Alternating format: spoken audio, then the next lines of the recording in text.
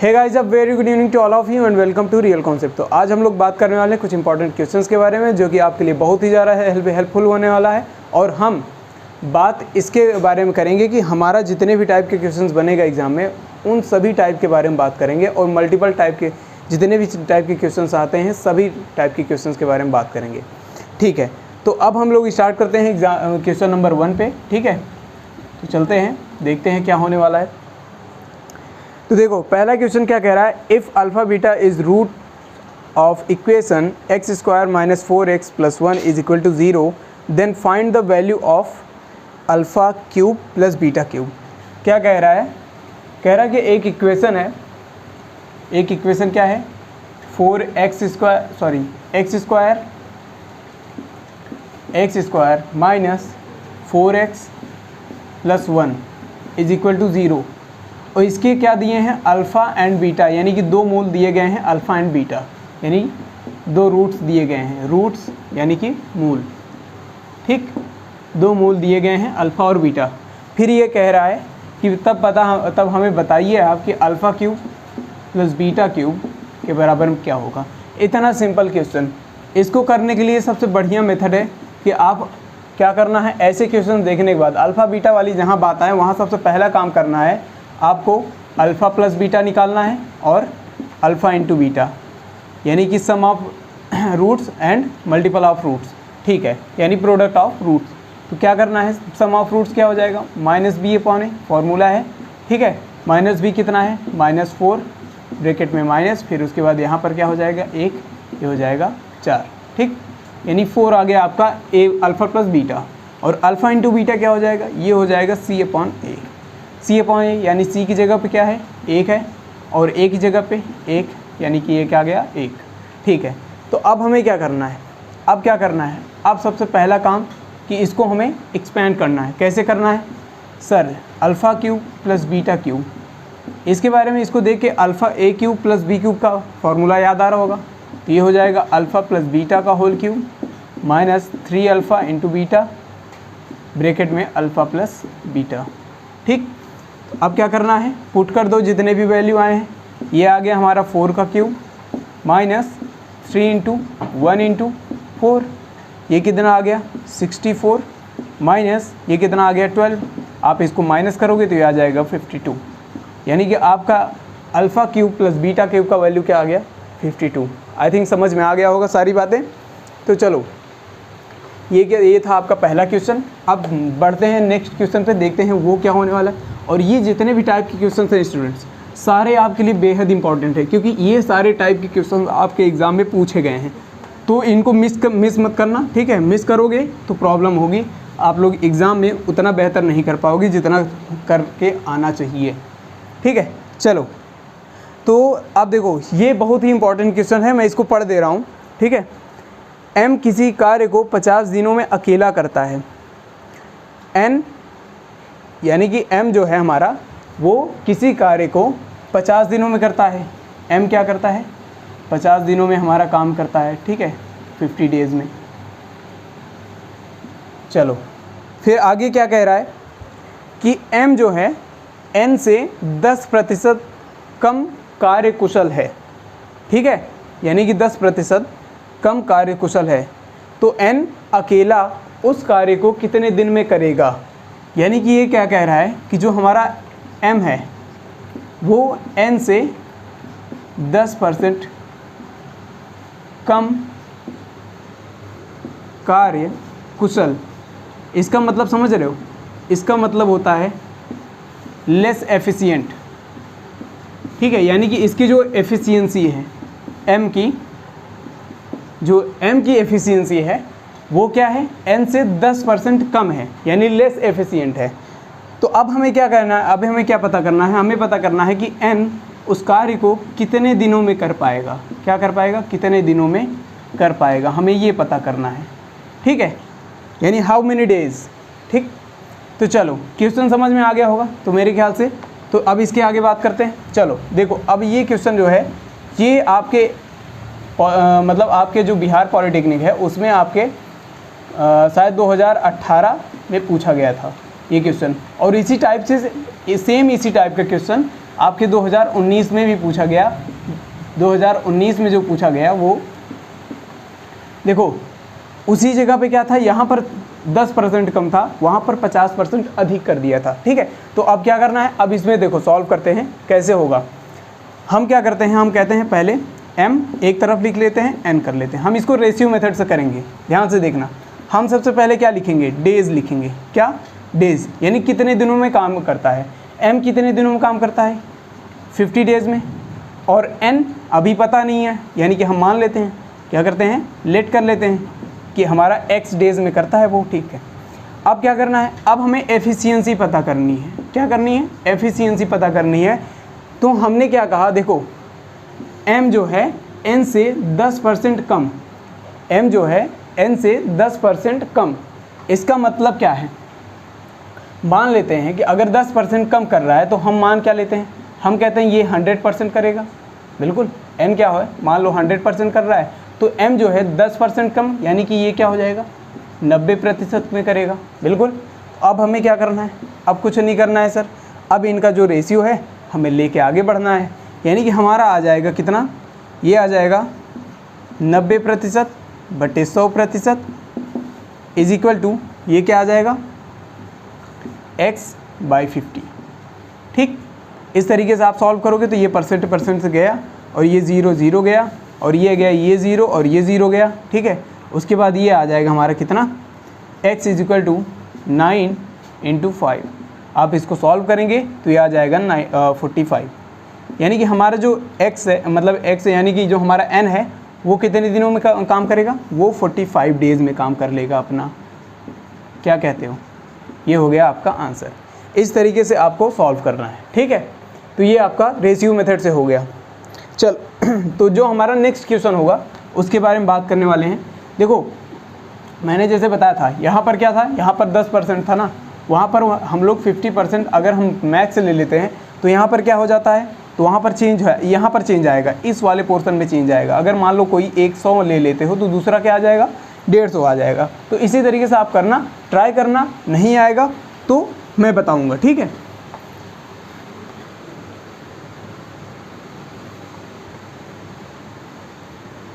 चलो अब इसके आगे बात करते हैं।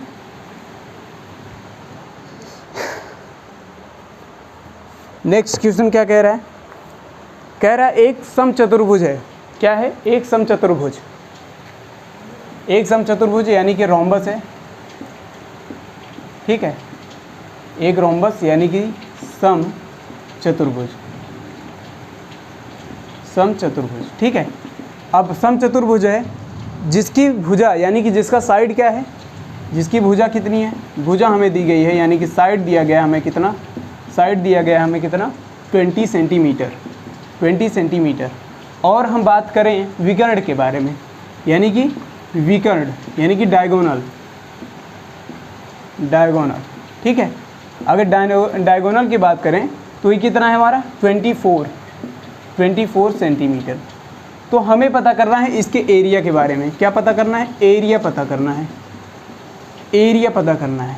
तो बहुत ही बढ़िया क्वेश्चन है और ये कई बार पूछा जा चुका है, 2018, 19, 20, ये कई साल लगातार आया। ठीक है, तो याद रखना ये बहुत ही ज़्यादा इम्पॉर्टेंट है, इसको हमेशा याद करके जाना, क्योंकि इस पर जब एग्जामिनर को क्वेश्चन अगर थोड़ा सा हट के बनाना होता है, यानी टफ बनाना होता है, तो ऐसे क्वेश्चन आप में डाल देते हैं। ठीक है, तो देखो इसमें क्या है, समचतुर्भुज के बारे में पहले मैं बता दे रहा हूँ थोड़ा सा। इसमें क्या होता है समचतुर्भुज में, इसमें पहली बात तो चारों भुजाएं बराबर होती हैं। ठीक है, चारों भुजाएं बराबर होती हैं। दूसरी बात कि इसकी जो डायगोनल्स हैं वो एक दूसरे को 90 डिग्री पर बाइसेक्ट करती हैं। 90 डिग्री पर क्या करती हैं, बाइसेक्ट करती हैं, यानी समद्विभाजित करती हैं।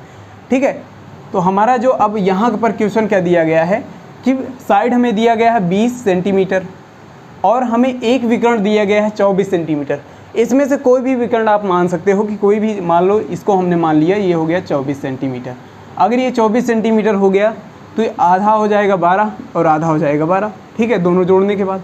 तो अब ध्यान से देखना, 12 सेंटीमीटर यहाँ से यहाँ तक का है, यहाँ से यहाँ तक का है, इस पॉइंट तक का। ठीक, तो यहाँ से यहाँ तक का है तो हमें ये वाली मिल गई और ये मिल गया, और ये 90 डिग्री है, यानी कि कहीं ना कहीं ये वाला पोर्शन हमें एक समकोण त्रिभुज नहीं बनता दिख रहा है। समकोण त्रिभुज हमें 90 डिग्री यहाँ पर है, और फिर उसके बाद हमें दे दिया गया है क्या, ये दे दिया गया है आधार दे दिया गया है हमारा 12 और कर्ण दे दिया गया है 20, और हमें पता करना है लंब, ठीक है, यानी कि हमारा जो परपेंडिकुलर पता करना है। तो क्या हम परपेंडिकुलर नहीं पता कर पाएंगे? क्या हो जाता है, under root b square square minus 12 का स्क्वायर, ये क्या हो जाएगा 400 माइनस 144। आप इसको कैलकुलेट करोगे तो ये आ जाएगा 256, और ये 256 किसका होता है, 16 का स्क्वायर होता है, 16 का स्क्वायर होता है ना, यानी कि हमारा पी क्या आ गया, यानी कि ये वाला पोर्शन क्या आ गया, ये आ गया 16, और जब आधा 16 आया है ना, और इस तरफ आधा बचा है, यानी कि इन दोनों को क्या जोड़ोगे तो ये कितना आ जाएगा, ये भी 16 होगा, और इन दोनों को जोड़ोगे तो ये कितना होगा, टोटल 32। यानी कि हमें D1 पता चला है कितना, 24 सेंटीमीटर, ठीक है, विकर्ण पहला, और D2 कितना पता चला है, D2 पता चला है हमारा 16 + 16, यानी कि हमारा कितना 32 सेंटीमीटर। अब इसके एरिया पे चलते हैं। बेसिकली एरिया के लिए हमें यही दोनों चाहिए ही था, क्योंकि ये इम्पॉर्टेंट ये है इसमें कि हम लोग वैसे तो निकालते हैं, हम लोग तो वैसे एरिया निकालते हैं, लेकिन इसके फॉर्मूले में बहुत ही बढ़िया चीज़ है। इसमें क्या है, half into D1 into D2, यानी कि डायगोनल के दोनों, यानी दोनों डायगोनल का मल्टीप्लाई कर दो, उसका हाफ कर दो तो आपका एरिया निकल के चला आता है, ठीक है। तो यहाँ क्या करना है, हाफ इंटू D1 कितना है हमारा 24 सेंटीमीटर, और D2 कितना है, सॉरी 16 दूना 32, हाँ 32 सेंटीमीटर। तो ठीक है, तो अब आप इसको क्या करोगे, काट लो, काट दोगे, ये कितना आ गया 24 इंटू 12। आप इसको सॉल्व करोगे तो ये आ जाएगा 12 चौक 48, ओ सॉरी 16 है ना, हाँ ये 16 है, 16 चौका 64, 4 6 हासिल, उसके बाद ये 16 दूना 32 6 38, ये कितना आ गया 384। क्या कहते हो, 384 सेंटीमीटर स्क्वायर, ये आपका क्या आ गया एरिया। आई थिंक समझ में आ गया होगा। क्या किया मैंने, सबसे पहली बात कि समचतुर्भुज है, तो समचतुर्भुज में क्या होता है, चारों भुजाएं बराबर होती हैं, ठीक है, और इनके दोनों विकर्ण क्या होते हैं, बराबर नहीं होते हैं, इस वजह से इनके विकर्ण अलग अलग दिए गए हैं। हमें पहला दिया गया है, हमें एक दिया गया है कितना 24 सेंटीमीटर, और दूसरा हमें निकालने के लिए दिया गया है साइड दे दिया है। साइड से हमने क्या किया, ये पूरा एक राइट एंगल ट्रायंगल बना हुआ है, तो राइट एंगल ट्रायंगल से हमने इसको निकाल लिया आधा, और आधा निकालने के बाद इसको दूना कर दिया, दूना करने के बाद हमें दूसरा विकर्ण मिल गया, और दूसरा विकर्ण मिलने के बाद यानी डायगोनल मिल गया, तो अब उसका मल्टीप्लाई करके हाफ कर दिया मैंने, जितना आया वो आपका आंसर हो गया। आई थिंक समझ में आ गया होगा। देखो ये पॉइंट बहुत ही ज़्यादा इम्पॉर्टेंट है। अगर एग्ज़ाम में कभी किसी ने पूछ भी लिया कि कौन सा ऐसा चतुर्भुज है, कौन सा ऐसा चतुर्भुज है जिसकी दोनों मतलब विकर्ण बराबर नहीं होती हैं और एक दूसरे को 90 डिग्री पर बाइसेक्ट करती हैं। पहली बात तो समद्विभाजित करती हैं, और क्या करती हैं 90 डिग्री पर करती हैं, और बराबर भी नहीं होती हैं। तो हमारा कुछ और नहीं, यही समचतुर्भुज है, ठीक है, यानी रोम्बस, हमेशा याद रखना। चलो क्वेश्चन नंबर जो भी है आप डाल लो, ठीक है। नेक्स्ट क्वेश्चन पे चलते हैं। हाँ, ट्रिगोनोमेट्री का एक बहुत ही बढ़िया क्वेश्चन है। इसने दिया है कि if cos a minus b is equal to कितना दिया है 3/5, 3/5। चलो, and tan a into tan b बराबर क्या दिया है 2, ठीक। तो हमें क्या पता करना है, देन करके 4 ऑप्शन लिखे गए हैं, मैं चारों ऑप्शन लिख दे रहा हूँ ताकि आंसर पता चले, ठीक है, क्योंकि क्वेश्चन पूरा अगर नहीं लिखूंगा तो आपको क्वेश्चन नहीं समझ में आएगा। हमें क्या पता करना है कि ये किसके बराबर क्या होना चाहिए। तो ये इसमें दिया है पहला option cos a into cos b बराबर 1/5, cos a into cos b बराबर -1/5, और third is sin a into sin b is equal to -2/5, और fourth is sine a into sine b is equal to -1/5। ठीक, ये चारों option दिए गए हैं आपको। अब चारों ऑप्शन में से कौन सा ऑप्शन सही है हमें ये पता करना है। तो उसके लिए हमें क्या करना पड़ेगा, पहली बात तो इन दोनों में रिलेशन देखना पड़ेगा। तो एक काम करते हैं, पहले इसको एक्सपेंड करते हैं। हमें अच्छी तरीके से पता है कि cos a माइनस बी का फॉर्मूला क्या होता है। ये क्या होता है, cos a into cos b plus sine a into sine b. ठीक, साइन बी क्या कहते हो, ये हो गया हमारा 3/5। इसको मान लिया इक्वेशन नंबर फर्स्ट। अब देखो इधर tan a into tan b is equal to 2 given है। क्या हम इसको tan को sin बाई cos में कन्वर्ट नहीं कर सकते? तो ये बताओ, sin a into sine b upon cos a into cos b is equal to 2। इस cos से cos b को उस तरफ भेजो तो ये आ जाएगा sin a into sine b is equal to 2 into cos a into cos b. ठीक, तो इस वाले पोर्शन को क्या करें, put on equation number first. ये वैल्यू को क्या करेंगे, हम पुट कर देंगे इक्वेशन नंबर फर्स्ट पे। तो इक्वेशन नंबर फर्स्ट में क्या है, यहाँ से यहाँ तक, तो यहाँ पर साइन ए और साइन बी की जगह पे हम क्या रख देंगे, 2 cos ए cos बी। तो 2 cos ए cos बी रखने के बाद क्या ये cos ए cos बी यहाँ पर है और 2 cos ए cos बी हो जाएगा, और इन दोनों को जोड़ने के बाद क्या आ जाएगा, 3 cos a into cos b is equal to 3/5। अब क्या हो गया, अब क्या हो गया, 3 को उस तरफ भेज दो, डिवाइड बाई में आ जाएगा, यानी कि ये 3 और ये 3 गया। ठीक है, तो ये 3 गया, तो हमारे पास क्या बचा, cos a into cos b is equal to 1/5। I think समझ में आ गया होगा। तो ये कौन सा ऑप्शन मैच कर रहा है यहाँ पे, cos a into cos b, यानी कि पहला ऑप्शन आपका मैच कर रहा है। आई थिंक समझ में आ गया होगा ये सारी पॉइंट्स कि कैसे इसको सॉल्व करना है। और इसमें क्या बात थी, बात ये थी कि हमें 2 पॉइंट दिया गया है और फिर ये पूछ रहा है कि किसके बराबर में क्या होना चाहिए। ठीक है, तो ये सारे पॉइंट्स आपको ऑप्शन के थ्रू ये सारे कई क्वेश्चंस आपके सॉल्व होते हैं। ठीक है, तो आपको कुछ नहीं करना है, बस देखना है पहले ऑप्शन में, उसके बाद आप लोग देखना कि किस तरीके से सॉल्व करना है। यहाँ साइन ए साइन बी या कॉस ए कॉस बी में हमें निकालना था। ठीक है, तो हमने क्या किया, सारी चीज़ें साइन ए और कॉस बी में कन्वर्ट कर लिया। ठीक है, साइन और कॉस में कन्वर्ट कर लिया। चलो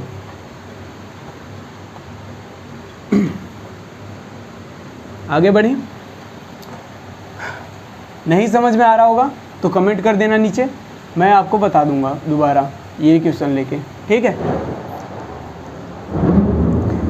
चलो चलो तो नेक्स्ट क्वेश्चन पे चलते हैं। नेक्स्ट क्वेश्चन क्या है, हाँ ये बढ़िया क्वेश्चन है। tan माइनस 945 इसका वैल्यू पता करना है। इसका क्या करना है, वैल्यू पता करना है। मैं ऑप्शन दे रहा हूँ, तब तक मैं ऑप्शन दे रहा हूँ। -1, नंबर 2 क्या हो जाएगा, -2, ऑप्शन 3 -3, ऑप्शन 4 -4। ठीक है, तो ये देखो, अब इसके सॉल्यूशन के अगर बारे में बात करें तो ये इसका सॉल्यूशन कैसे होगा। मैं एक काम कर सकता हूँ, tan माइनस थीटा, इसका मतलब क्या होता है, माइनस को हम लोग बाहर ले सकते हैं, तो ये हो जाएगा -tan 945। बिल्कुल, अब 945 को हम लोग क्या करेंगे, डिवाइड करेंगे किससे, 945 को हम लोग 360 से भाग देंगे। ये 2 बार जाएगा, बट प्रॉब्लम क्या है, हमें इससे ज़्यादा लेना है। तो एक काम करते हैं, 3 × 360 माइनस, इसमें अगर हम 3 × 360 यानी कि 1080 में से 945 घटाओगे तो ये 135 आएगा। क्या आएगा, 135। तो ये आ गया कितना, -135। क्या ये रिलेशन सही है, एकदम सही है। तो अब क्या करना है, tan 360 माइनस थीटा, इसका मतलब क्या हो जाएगा, इसका मतलब ये हो जाएगा माइनस, ये क्या हो जाएगा, tan मतलब -tan theta minus tan 135 degree. ठीक है, तो ये कितना आ गया, माइनस माइनस प्लस आ गया, ये आ गया हमारा tan 135 डिग्री। अब वो tan 135 को हम क्या करते हैं, 90 प्लस में कन्वर्ट करते हैं, यानी कि ये क्या हो गया, tan 90 प्लस 45। इसमें कन्वर्ट करने के बाद क्या आ जाएगा, ये आ जाएगा कॉट 45 डिग्री, और कॉट 45 का वैल्यू क्या होता है, 1 होता है, तो ये आंसर क्या आ गया, -1। क्या समझे?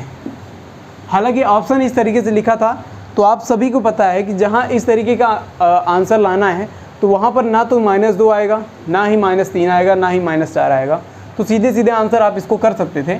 लेकिन हमने कहा एक बार पहले सॉल्व करके दिखा देते हैं, ताकि ये वाले जो पॉइंट्स हैं, आपको ये वाले पॉइंट्स यानी कि ये जो फॉर्मूले होते हैं बेसिक आप इसको अच्छी तरीके से तैयार करके जाना, ठीक है, क्योंकि यहाँ से आपको फंसाने के लिए 2-4 क्वेश्चंस मिल जाएंगे।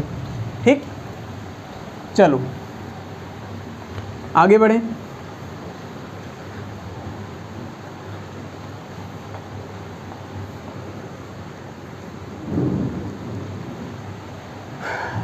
नेक्स्ट क्वेश्चन देखते हैं क्या होने वाला है।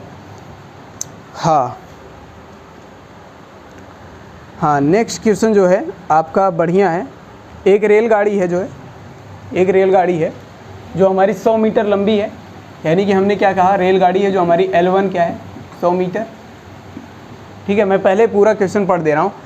एक 100 मीटर लंबी रेलगाड़ी एक 800 मीटर लंबे पुल को पार करती है। यदि रेलगाड़ी की गति 30 किलोमीटर प्रति घंटा है तो पुल को पार करने में कितना समय लगेगा। तो ये सवाल है, और इसने क्या कहा, ट्रेन की लंबाई कितनी है, 100 मीटर, और पुल की लंबाई कितनी है, वो है हमारा 800 मीटर। कितना, 800 मीटर। और स्पीड कितनी गिवन है, स्पीड गिवन है हमें 30 किलोमीटर पर आवर। ठीक है, स्पीड गिवन है 30 किलोमीटर, इसको एक काम करते हैं मीटर पर सेकंड में कन्वर्ट कर लेते हैं, तो 30 × 5/18। ठीक है, तो ये हो जाएगा 6×3 = 18, और ये हो जाएगा 6×5 = 30, यानी 25/3। ये क्या हो गया, मीटर पर सेकेंड। ठीक, मीटर पर सेकेंड। और अब हमारी टोटल लेंथ कितनी हो गई, यानी टोटल डिस्टेंस या फिर टोटल लेंथ कह सकते हो, कितना हुआ, 100 + 800। ठीक है, टोटल लेंथ हम लोगों ने ऐड कर दिया। ऐड करने के बाद ये आ गया हमारा 900 मीटर। हाँ, ठीक, तो यानी टोटल डिस्टेंस पता चल गया और हमें स्पीड पता चल गया। तो अब क्या करना है, हमें टोटल टाइम पता करना है।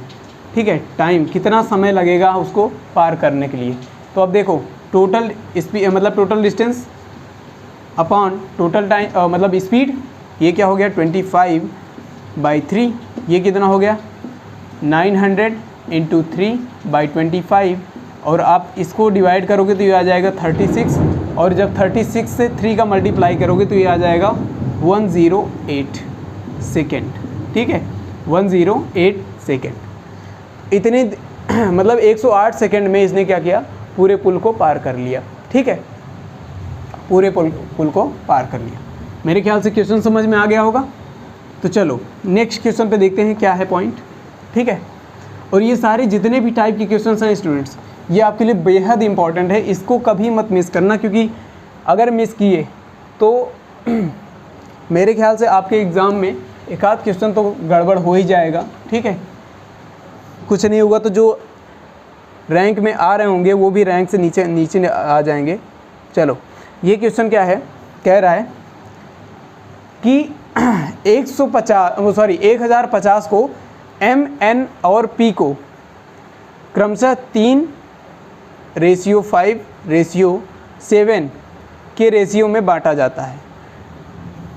क्या कह रहा है कि हमें टोटल रुपया हमें गिवन है कितना, 1050 रुपये। ठीक है, 1050 रुपये को हमने क्या किया, M, N एंड P में 3:5:7 में बांट दिया है। अब हमें बांटना है, तो अब ये बताओ, बांटा जाता है तो M तथा N के हिस्से में क्या अंतर आता है, यानी कि M तथा N के मतलब M एंड N के हिस्से में जो अंतर आता है, हिस्से में क्या अंतर है, मतलब अंतर यानी डिफरेंस पता करना है। क्या करना है, डिफरेंस पता करना है M और N के बीच। ठीक है, तो हमें देखो सबसे पहला काम करना है, इसमें क्या करना है, टोटल इतना है, यानी कि इन तीनों का अगर हम सम कर दें तो इतना आएगा, यानी कि इसमें कुछ ना कुछ क्वांटिटी मिस कर रहे हैं हम लोग, इसीलिए तो रेशियो में है। तो एक काम करते हैं, हमने क्या किया, x से तीनों मल्टीप्लाई कर दिया, x से तीनों मल्टीप्लाई कर दिया, तो ये हो गया 3x, और इसको क्या किया हमने 5x, और इन तीनों को क्या मतलब इसको क्या किया 7x। अब इन तीनों को क्या किया हमने ऐड कर दिया, इन तीनों को ऐड कर दिया, 3x plus 5x plus 7x is equal to 1050। अब आप इसको ऐड करोगे तो ये आ जाएगा 15x इज इक्वल टू 1050, और फिर इसके बाद x का वैल्यू आ जाएगा 1050 अपॉन 15, यानी कि ये आ जाएगा 70। कितना? x का वैल्यू हो जाएगा 70, और x का वैल्यू 70 हो गया तो हमें m को कितना मिला? m को कितना मिला? 3 इंटू एक्स यानी कि 3 इंटू 70, ये हो गया 210, और n को कितना मिला? n को मिला 5 इंटू 70, यानी कितना हो गया 350, और p को कितना मिला? p को कितना मिला? 7 इंटू 7, यानी कि ये हो गया 490, ठीक है 490, ठीक। इतने रुपए सबको मिले, इतने रुपए सबको मिले। तो अब हमें क्या पता करना था? हमें ये पता करना था कि डिफरेंस क्या है किसके किसके बीच, m और n के बीच में हमें डिफरेंस पता करना है। तो डिफरेंस पता करना है तो डिफरेंस बराबर क्या हो जाएगा 350 माइनस 210, ये कितना आ जाएगा हमारा? ये आ जाएगा 140। कितना? 140। बस कुछ इसमें खास नहीं था, इसमें बस था कि 1050 रुपये को क्या किया इसने? 3 लोगों में बांट दिया, और 3 लोगों में बांटने के बाद उसने कहा m और n के बीच में क्या करना है? डिफरेंस पता करना है। तो बस पता कर लो कि कितना कितना मिला है सबको, फिर मिलने के बाद क्या करना है? डिफरेंस पता कर लेना है, सिंपल। ठीक, तो नेक्स्ट क्वेश्चन कौन सा है देखते हैं। हाँ, तो नेक्स्ट क्वेश्चन आपका हाइट एंड डिस्टेंस है। ये बहुत ही बढ़िया है, आप इसको देखना, बहुत ही सिंपल है। आप इसको देखते बराबर आप लोग आंसर करोगे, मैं जैसे बता रहा हूँ बस ऐसे करते रहना, ठीक है। देखो हाइट एंड डिस्टेंस और इन सभी मतलब मैथ में क्या होता है? रिलेशन से मतलब होता है। अगर आपको रिलेशन पता चल रहा है किसी किसी के बीच में तो आप इजीली आप लोग सारे क्वेश्चंस कर जाओगे। अगर रिलेशन का नहीं पता चल रहा है तो आप लोग नहीं कर पाओगे, ठीक है। चलो तो इसने क्या कहा? एक टावर के बॉटम से यानी कि एक टावर के बॉटम से यानी कि पैर से 70 मीटर की दूरी पर स्थित बिंदु का टावर के शीर्ष से अवनमन कोण यानी कि डिप्रेशन एंगल 45 डिग्री है, तो टावर की हाइट बताओ। देखो इसने क्या कहा, ये हमारे पास एक मान लो टावर है, ये वाला टावर है, और उसने क्या कहा यहाँ से 70 मीटर दूरी पे इसके पैर के पास से यानी कि इसके बॉटम से, टावर के बॉटम से 70 मीटर दूरी पर हमारा क्या है? एक डिप्रेशन एंगल मिल रहा है ऊपर से नीचे की ओर, कितना? 45 डिग्री यानी कि अवनमन कोण 45 डिग्री। तो हमें क्या पता करना है? h यानी टावर की हाइट पता करना है। तो टावर की हाइट पता करने के लिए क्या करना पड़ेगा? अब लिंक ढूंढो। लिंक क्या ढूंढना है? हमें ये गिवन है यानी कि बेस गिवन है और परपेंडिकुलर पता करना है और एंगल गिवन है। तो भाई हमें अच्छी तरीके से पता है बेस और परपेंडिकुलर में क्या रिलेशन होता है, ठीक है। तो tan 45 degree is equal to h upon यानी कि परपेंडिकुलर अपॉन बेस, ठीक है। फिर ये हो जाएगा हमारा 1, ये हो जाएगा h/70 यानी कि h इज इक्वल टू 70, यानी कि कुछ और नहीं, हमारा जो हाइट है वो आपके बेस के बराबर है। यानी कि सीधे सीधे किसी भी क्वेश्चन में हमेशा देखना, इसमें सबसे कॉमन चीज़ ये होती है कि हाइट एंड डिस्टेंस में अगर एंगल आपको 45 गिवन है तो आपको ये वाली जो हाइट होगी वो बेस के बराबर होगी, वो बेस के बराबर होगी सीधे सीधे, ठीक है। क्योंकि tan 45 का वैल्यू ही क्या आता है? 1, ठीक। कोई डाउट? मेरे ख्याल से नहीं होना चाहिए, बहुत ही सिंपल क्वेश्चन था। खैर, तो आगे बढ़ते हैं। ऐसे क्वेश्चन भी आपके एग्ज़ाम में आए हैं, तो घबराने की ज़रूरत नहीं है, बहुत ही सिंपल आते हैं। कुछ ही क्वेश्चन होते हैं जो टफ़ होते हैं, जिनसे रैंक बनता है, और आपको रैंक लाने के लिए थोड़ा मेहनत करना पड़ेगा। चलो, एक क्वेश्चन है, किसने कहा? अब देखो ये क्वेश्चन बढ़िया है, ये क्वेश्चन बढ़िया है, इसको ध्यान से देखना। 12 संख्याओं का औसत यानी एवरेज 15 है, ठीक है। यदि एक संख्या 41 को शामिल कर लिया जाए ठीक है, यानी 41 को हम क्या करते हैं, ऐड कर देते हैं। तो इन 13 संख्याओं का एवरेज क्या हो जाएगा। उसने क्या कहा, 12 संख्याओं का एवरेज कितना है, ये दिया हमें 15। ठीक, 12 संख्याओं का एवरेज हमें दिया है 15। उसने क्या कहा, हमें 41 ऐड करना है। 41 ऐड करके उसके बाद हम संख्या कितने हो जाएंगे, 13 हो जाएंगे। यानी कि एक संख्या ऐड करोगे तो संख्या कितने हो जाएंगे, 13 हो जाएंगे। और 13 हो जाएंगे तो हमें इसका एवरेज निकालना है। तो इसका एवरेज निकालने के लिए हमें क्या करना पड़ेगा, सबसे पहला काम, बहुत ही बेसिक चीज़ क्या, कि देखो एवरेज का फॉर्मूला सबको पता है। एवरेज का फॉर्मूला क्या होता है, sum of data and divided by number of data. यानी कि डाटा का मतलब हमें क्या करना है, डाटा का सम करना है। ऊपर जोड़ दो, फिर नीचे क्या होगा, जितना नंबर है उसका उतना लिख दो। तो इसमें क्या गिवन है, हमें क्या गिवन है, 15, और सम ऑफ डाटा हमें पता नहीं है, तो ये लिख दिया हमें सम ऑफ डाटा, और होल डिवाइडेड बाई कितना, 12। नंबर ऑफ डाटा कितना गिवन है, 12। चलो, अब हमें यहाँ से क्या निकालना पड़ेगा, सम ऑफ डाटा। अब सम निकालना है, ठीक है। सम निकालने के लिए क्या करना पड़ेगा, 12 × 15, 15 × 12, ठीक है।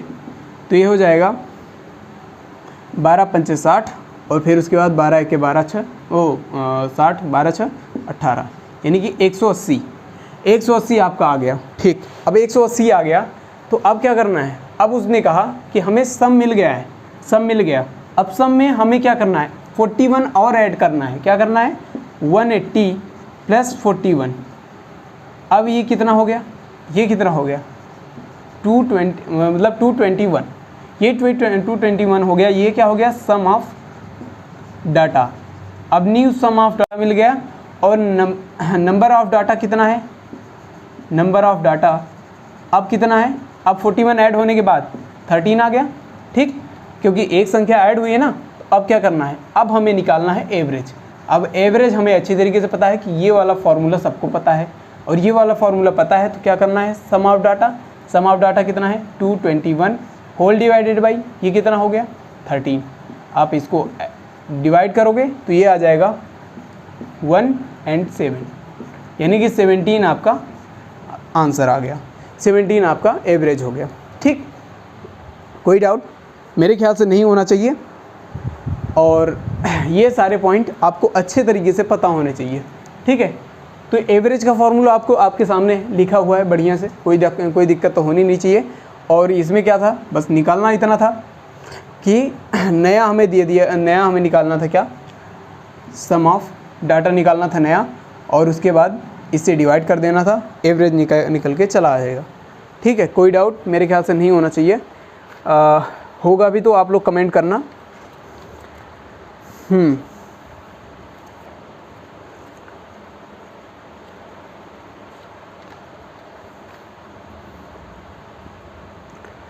चलो, तो एक क्वेश्चन बहुत ही बढ़िया है, one of the most important, और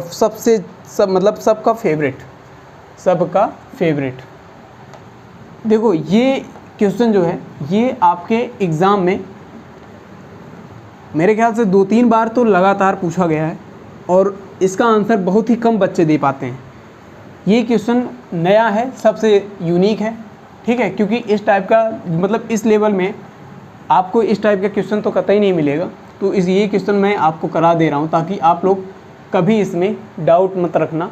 ठीक है, कि सर इसके भी टाइप के क्वेश्चंस आते हैं। देखो ये क्वेश्चन क्या है, 1 - log 2 प्लस log 2 का whole square upon 2 factorial minus log 2 का whole cube upon 3 factorial plus ... अब इसमें हमें क्या करना है, इसका मान बताना है। क्या करना है, इसका मान बताना है। ठीक है, वैल्यू बताना है इसका। तो इसका वैल्यू कैसे बताओगे, सीधी बात। देखो ये एक तरीके का सीरीज़ है, ठीक है, यानी लॉगरिदम फॉर्म का एक सीरीज़ है। और लॉगरिदम जब हम लोग पढ़ते हैं तो उसमें हम लोग अभी तक सीरीज़ का कोई ख़ास उपयोग नहीं किए हैं, तो यानी कि हम लोगों का उतना हाई लेवल नहीं होता। लेकिन यहाँ पर अब मैं इस सीरीज़ के बारे में बताना चाहूँगा थोड़ा सा, तो इसके बारे में बस देख रहा, ये इंपॉर्टेंट पॉइंट है आपके लिए, ठीक है।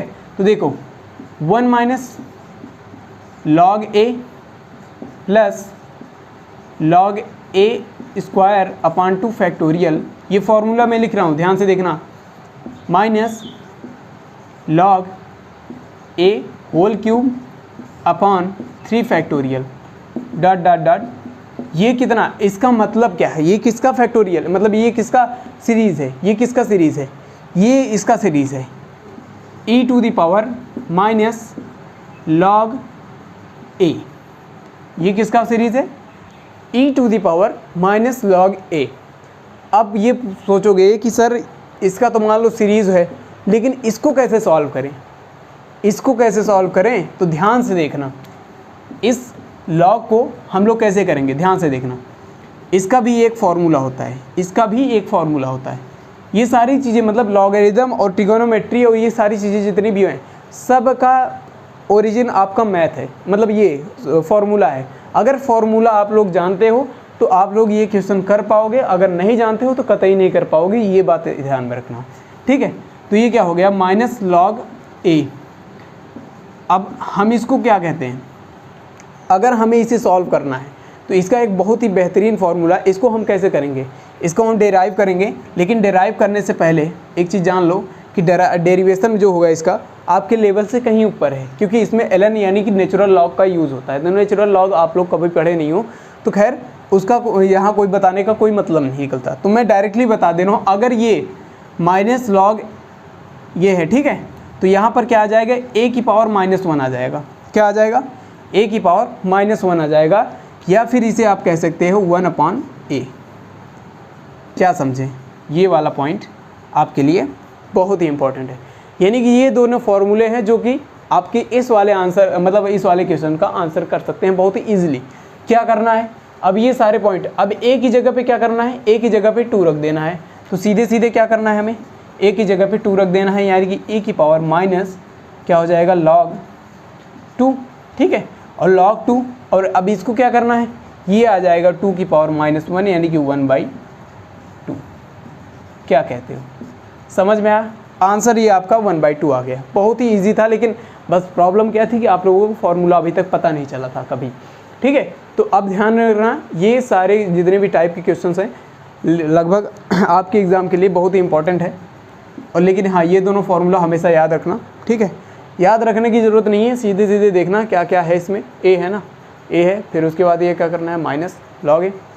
एक और होता है, वो क्या होता है, यहाँ पर हमेशा अगर प्लस दिखे, यहाँ पर प्लस भी प्लस, यहाँ भी प्लस और यहाँ भी प्लस, तो ये वाला माइनस जो है, ये वाला माइनस हटा देना, ये वाला माइनस हटाने के बाद आपको ये जो यहाँ जो पावर है वो माइनस में है ना, तो ये वाला माइनस क्या हो जाएगा, ये भी प्लस में कन्वर्ट हो जाएगा। तो ध्यान में रखना ये पॉइंट, क्या करना है, यहाँ जो माइनस है अगर वो प्लस में आया, यहाँ जो माइनस है अगर वो प्लस में आया, तो यहाँ वाला भी माइनस क्या हो जाएगा, प्लस हो जाएगा, और यहाँ वाला माइनस प्लस अगर हो गया तो यहाँ जो माइनस है ये वाला a की पावर में, वो वाला भी क्या हो जाएगा, प्लस हो जाएगा। तो हम जो 1/, में लिखते हैं वो 1/, में ना हो करके डायरेक्टली आंसर होगा, समझ रहे हो, ये पॉइंट ध्यान में रखना, ये पॉइंट ध्यान में रखना। कोई डाउट मेरे ख्याल से नहीं होना चाहिए। चलो खैर, तो आज के लिए इतना ही काफ़ी है, तो मिलेंगे नेक्स्ट क्लास में और नए कॉन्सेप्ट के साथ। Thank you very much and take care.